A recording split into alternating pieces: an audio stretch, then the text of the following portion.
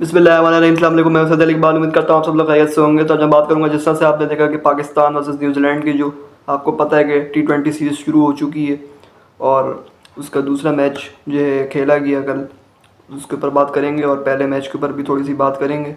और बाकी जिस तरह से आपको पता है कि PSL के हवाले से कुछ अपडेट सामने आ रही है जो कि होने जा रहा है अभी चंद दिनों बाद के साउथ अफ्रीका के जो प्लेयर हैं कॉर्बन बॉश, उन्होंने कॉन्ट्रैक्ट किया हुआ था पेशावर ज़ल्मी के साथ और उनको खेलना था। गालिबन गोल्ड कैटेगरी के अंदर वो लिया गया था।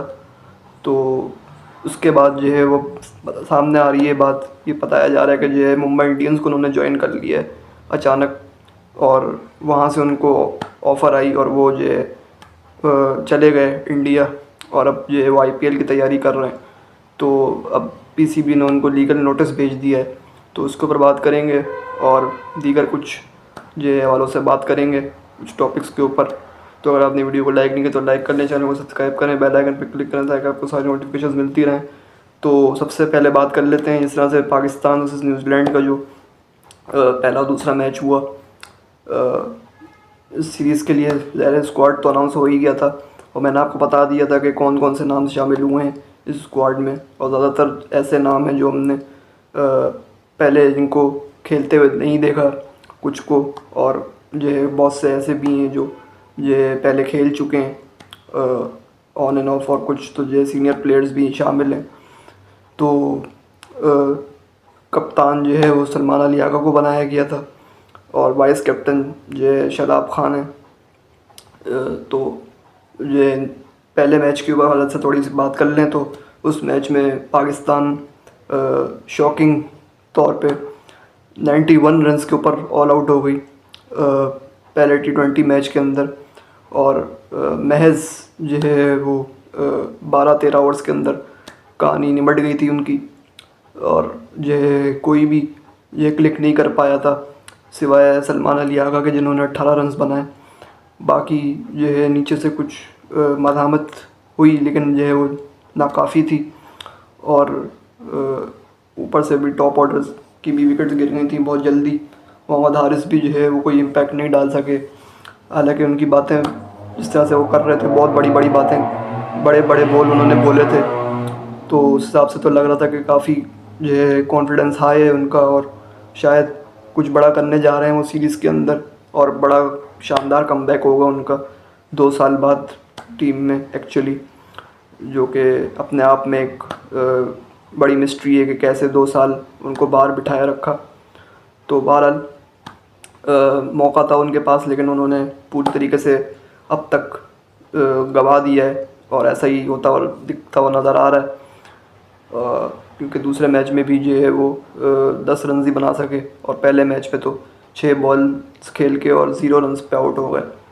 तो कोई ख़ास इम्पैक्ट नहीं छोड़ा है उन्होंने, सिर्फ जो है बातें बड़ी की उन्होंने और काम जो है वो छोटे, मतलब वही हिसाब हो गया कि दर्शन छोटे और जो है बातें बड़ी बड़ी, तो वही वाला हिसाब है। और इसी तरह पहले भी होता है, बहुत से हमारे जो है सीनियर प्लेयर्स ये कह चुके हैं, बड़े बड़े दावे कर चुके हैं, मतलब कि हम जो है आपको प्रूव करके दिखाएंगे और जो है ग्राउंड के अंदर जो है जवाब देंगे और फलां ढिमाका। लेकिन हमने देखा कि उनके साथ फिर ये क्या हुआ और किस तरह से जो है बुरी तरीके से वो मैच हरवा दिया उन्होंने, और ख़ुद भी वो फ्लॉप रहे।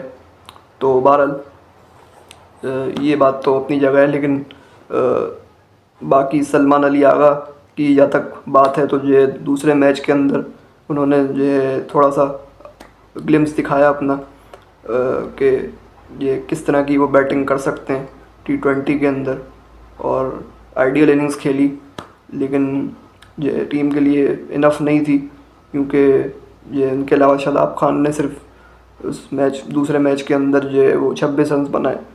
लेकिन पहले मैच की तरफ थोड़ा सा वापस आए तो ये उसके अंदर बॉलिंग में भी आपको कोई ज़्यादा धार रफ्तार नहीं दिखी, कोई ऐसा लगा नहीं कि ग्रिट दिख रही हो या कोई चाह हो कि हम ये मैच जो है किसी भी तरह न्यूजीलैंड से छीनें और अपने जो है वो गिरफ्त में लाएं। तो इस तरह की कोई कोशिश होती भी नहीं दिखी, क्योंकि जिस तरह की बॉलिंग हुई, अमान अल हफीज़ मतलब बिल्कुल जो है वो चारों थाने चित कर दिया पाकिस्तान के बॉलर्स को। इन दोनों मैचेस के अंदर न्यूजीलैंड ने पहले मैच के अंदर तो जो 10 ओवर्स के अंदर ही मतलब बोरिया बिस्तर गोल कर दिया, और टिम साइफर्ट जो है बहुत बड़ा एक नाइटमेयर साबित हुए हैं इन दोनों मैचेस के अंदर।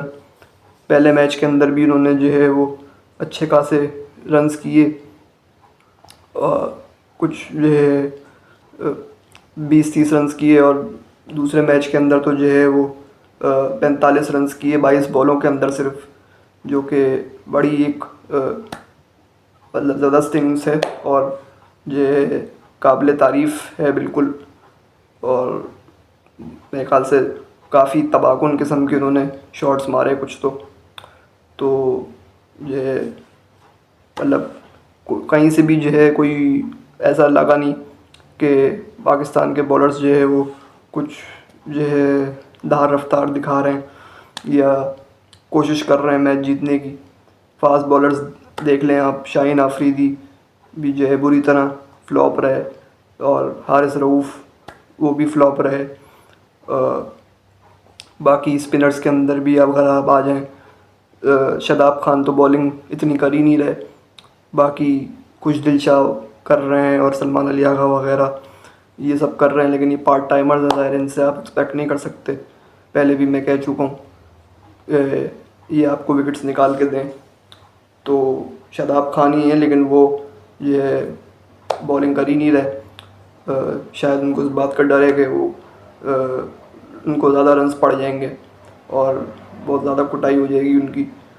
तो वैसे भी वो वाइस कैप्टन है, तो मेरे ख्याल से वो ये रिस्क लेना नहीं चाहते कि किसी भी मैच के अंदर वो 4 ओवर्स करवाएं, पूरे अपना कोटा पूरा करें और जो है उनको कोई बहुत ज़्यादा कुटाई लगे, तो उन्होंने सोचा कि ओवर्स ही ना करवाएं। तो अब क्या कह सकते हैं इसके ऊपर, यही समझ में आता है इससे कि जो है वो वाइस कैप्टन बन के ही जो है मुसल्लत हुए हैं टीम के ऊपर, और सिर्फ जो है बोझ हैं और कुछ नहीं है टीम के ऊपर। सिर्फ इसके अलावा उनका कोई काम नहीं है कि वो वाइस कैप्टन है। और बाकी बैटिंग के अंदर कुछ जो है शॉट्स लग जाती हैं इधर उधर, एरे पैरे में लपाड़े लग जाते हैं इधर उधर, वो तो जो है बहुत सौ के लगे। शाहीन आफरीदी ने भी ऐसे तो जो है 14 रन्स बनाए दूसरे मैच के अंदर, तो जो है हैंकी पैंकी में लग ही जाते हैं। लेकिन मतलब कहने का मकसद ये है कि जो उनका रोल स्पेसिफाइड है इस टीम के अंदर कि जो है एज अ स्पिनर वो काम जो है वो नहीं कर पा रहे बखूबी, तो उसके अंदर तो जो है वो बिल्कुल नाकाम रहे, तो उनके होने का फ़ायदा नहीं है टीम के अंदर बिल्कुल भी।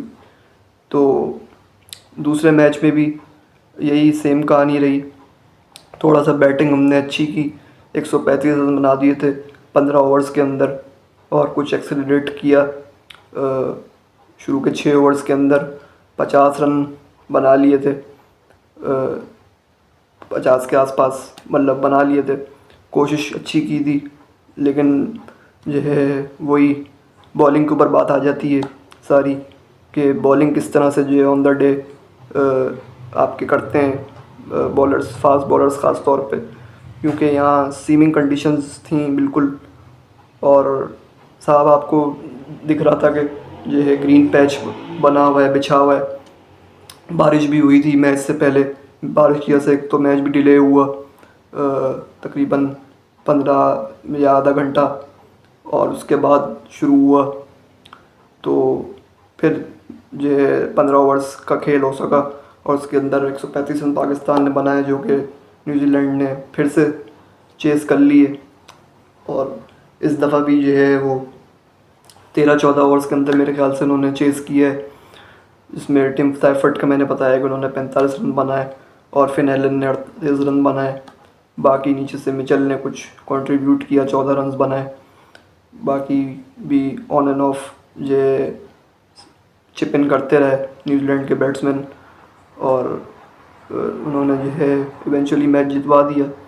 कोई उनको नज़र नहीं आया ऐसा कि ज़्यादा स्ट्रगल करना पड़ा हो या ये बहुत ज़्यादा मतलब कि स्लो स्लो चला हो मैच। बिल्कुल स्लो स्मूथ एंड स्टेडी तरीके से जो है वो मैच जीते, और कोई किसी को भी खाते में नहीं लाए, बशमूल शाहीन अफरीदी का जो सबसे स्लॉट के अंदर सबसे एक्सपीरियंस्ड हैं।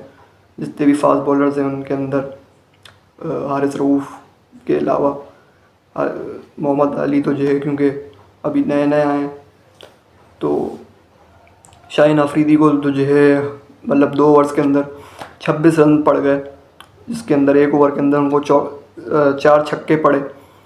तो ये बहुत ज़्यादा उनकी बहुत ज़्यादा धुनाई हुई और धुआं कर दिया उनको मार मार के साइफर्ट ने, जो उनको लक़ब दिया जाता है ईगल।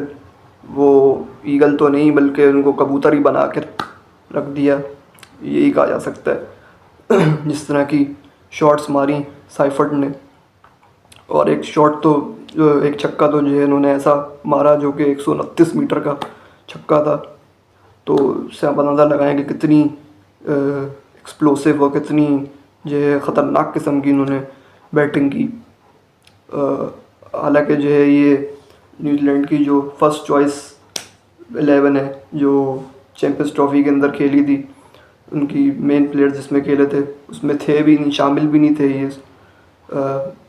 शामिल तो छोड़ें, मतलब मेन मैचेस तो उन्होंने नहीं खेले। उसके अलावा भी जो है अगर आप देखें तो कहीं दूर दूर तक मेरे ख्याल से स्क्वाड के अंदर शामिल नहीं थे टिम साइफर्ट।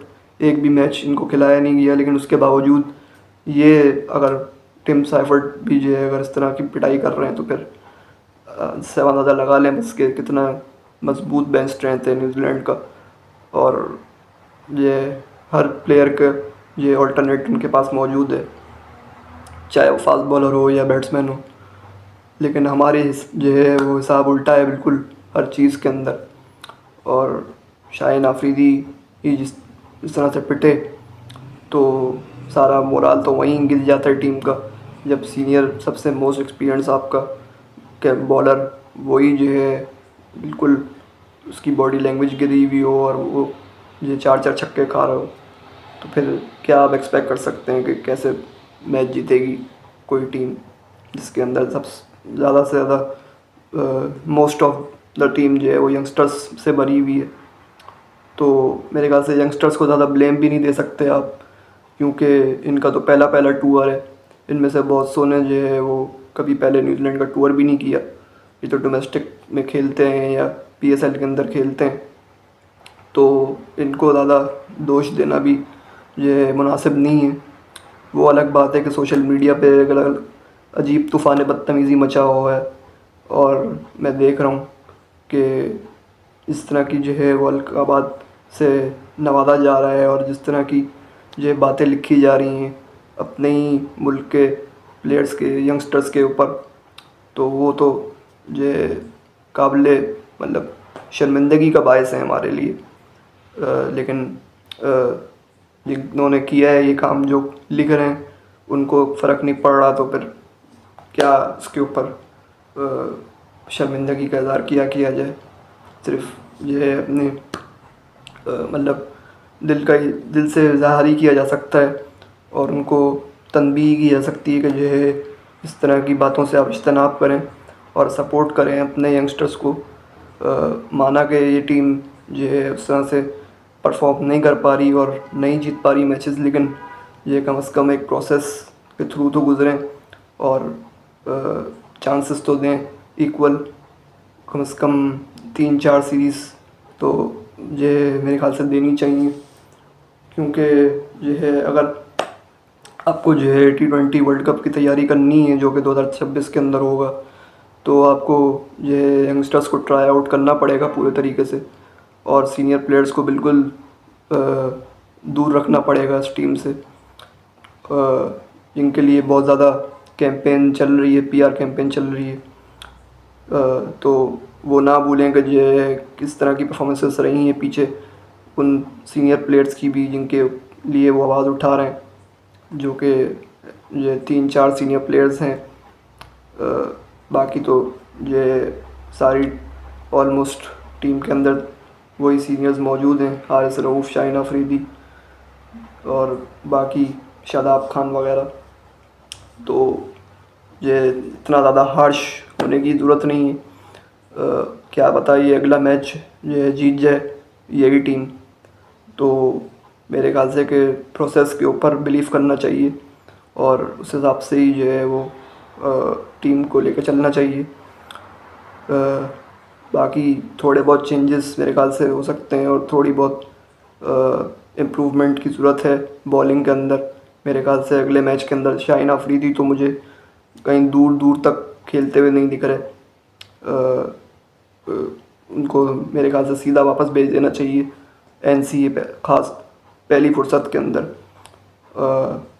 कि जो है वो अपने जाके बॉलिंग एक्शन पे काम करें या फिर कहीं भी किसी दूसरे दूसरी जगह पे भेज दें, किसी दूसरे मुल्क में भेज दें।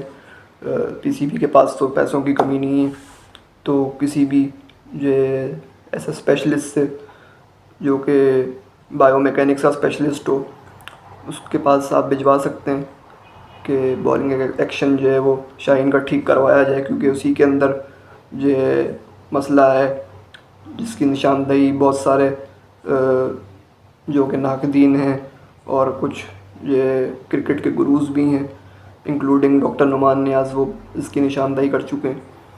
तो इस चीज़ की अशद ज़रूरत है।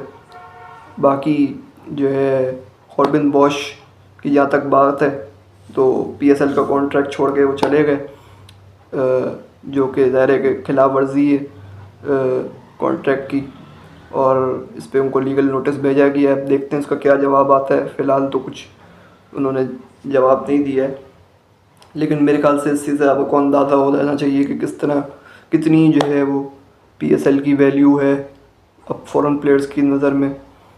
क्योंकि हम पिछले 3 सीज़न्स कम से कम उठा के देख लें आप, लास्ट तो जो है उसके अंदर आपने देखा कि किस तरह से डाउनफॉल आया है पीएसएल का और किस तरह से ग्राफ गिरा है। फॉरेन प्लेयर्स की अवेलेबिलिटी की बात हो या जो है मतलब जो मेन प्लेयर्स हैं बाहर के जो कि आईपीएल में खेलते हैं, उनके मेन प्लेयर्स दूसरी टीमों के सेना कंट्रीज़ के, वो उनको यहाँ उनकी दस्तयाबी की बात हो तो ये वो अवेलेबल नहीं होते हैं, और होते भी हैं तो कुछ मैचेस के लिए ही होते हैं। तो मेरे ख्याल से कि जो है इस स्टैंडर्ड को बढ़ाने की ज़रूरत है और कुछ इस तरह के जो है चेंजेस लाने की ज़रूरत है जिससे जो है इंटरेस्टिंग हो पीएसएल, और जो है इसको ब्रांड बनाने की जो है दोबारा से ज़रूरत है। तो तभी जाके कुछ होगा और प्लेयर आना शुरू होंगे, वरना ये पीएसएल मेरे ख्याल से कि बहुत पीछे रह जाएगा और मज़ीद इसका स्टैंडर्ड गिरेगा। तो बहरहाल आज के लिए इतना ही। अगर आपने वीडियो को लाइक नहीं किया तो लाइक कर लें, चैनल को सब्सक्राइब करें, बेल आइकन पर क्लिक करें ताकि आपको सारी नोटिफिकेशन मिलती रहें। जल्द मुलाकात होगी। अल्लाह हाफ़िज़।